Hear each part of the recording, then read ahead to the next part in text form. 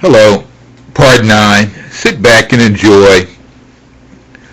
Motion for reconsideration of Judge Allen's October 27th, 2009 order. It is quite reasonable to understand that a landlord, Mrs. Gray, over a period of time could sue a tenant, Ms. Perry, for different periods of time that she did not pay rent to Mrs. Gray after promising to do so. There is no duplication as defined by res judicata and collateral estoppel. Ms. Perry did not sustain her argument for res judicata and or collateral estoppel. 6. Did the trial court err in assuming plaintiff/counterclaim defendant Irene Perry was not responsible for her actions in refusing to pay defendant/plaintiff Patricia Gray? Suggested answer, yes.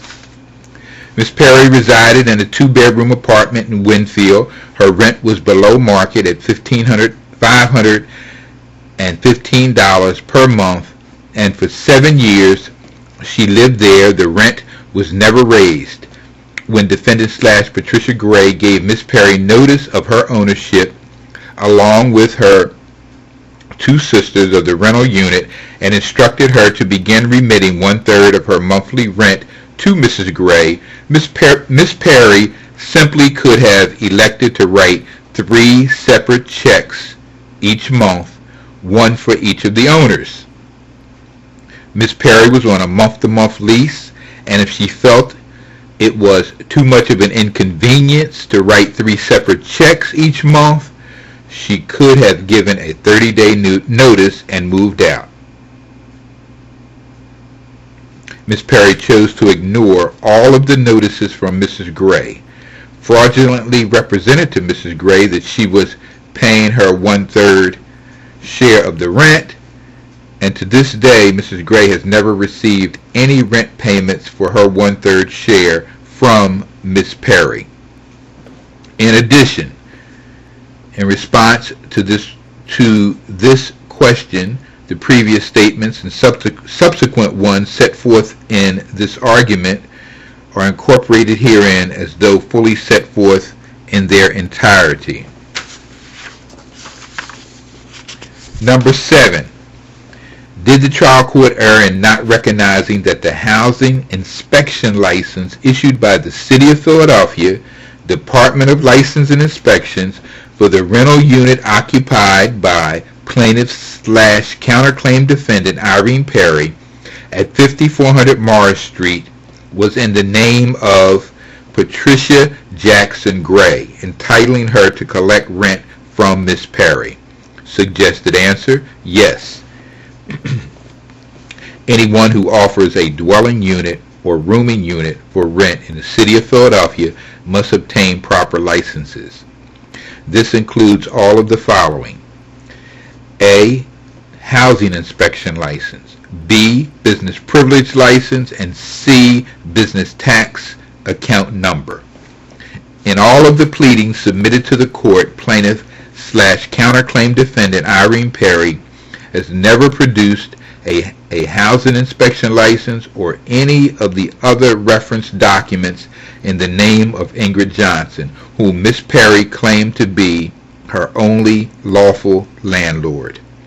She obtained an affidavit from Ingrid Johnson concerning her making rental payments to Ingrid, but did not obtain any of the previously mentioned documents required in the City of Philadelphia.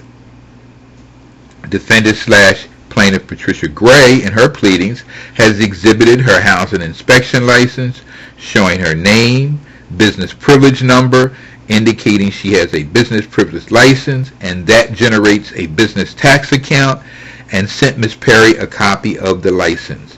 At all times relevant, Ms. Gray had the proper licensing for 2007, 2008, and 2009.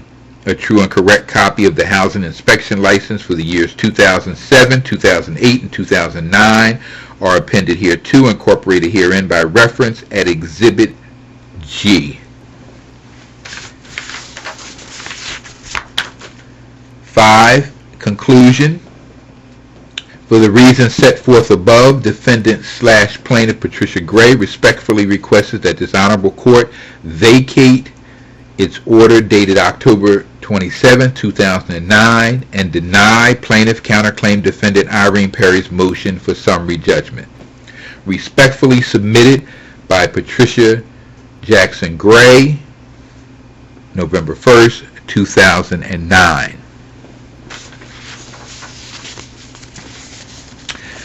Any of the exhibits made reference to can be viewed at City Hall in the file room under Irene Perry versus Patricia Jackson Gray versus Louis Starkman Company et al. Court of Common Pleas, Philadelphia County, Civil Trial Division, January term 2009, number 2312. Or they can be viewed on the electronic docket. It will be also under the previous information just stated. Thank you, and make sure that you have a great day.